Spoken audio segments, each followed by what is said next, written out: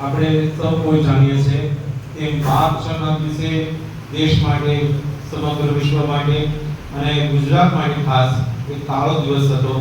આ એ દિવસે પ્લેન દુર્ઘટનાથી એવા પ્લેન ક્રેશની એમની અંદર મરનારા વ્યક્તિઓ ઘણા બધા હતા.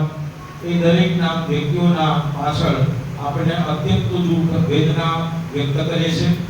ગરુડધામ તરફથી એ લોકોને શ્રદ્ધાંજલિ સ્વરૂપે આજની જે હનુમાન ચાલીસા જે થશે એ હનુમાન ચાલીસાનો એક ભાગ આપણે એ ટ્રેન દુર્ઘટનામાં મૃત્યુ પામેલા દરેક સ્વજનો તરફથી સ્વજનોને શાંતિ મળે એમની શ્રદ્ધાંજલિ સ્વરૂપે આજની હનુમાન ચાલીસાનો એક પાઠ એમને આપશું.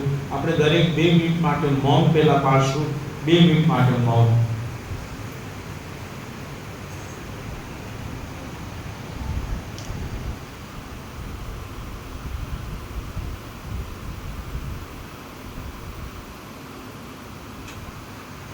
ઓમ શાંતિ, ઓમ શાંતિ, ઓમ શાંતિ.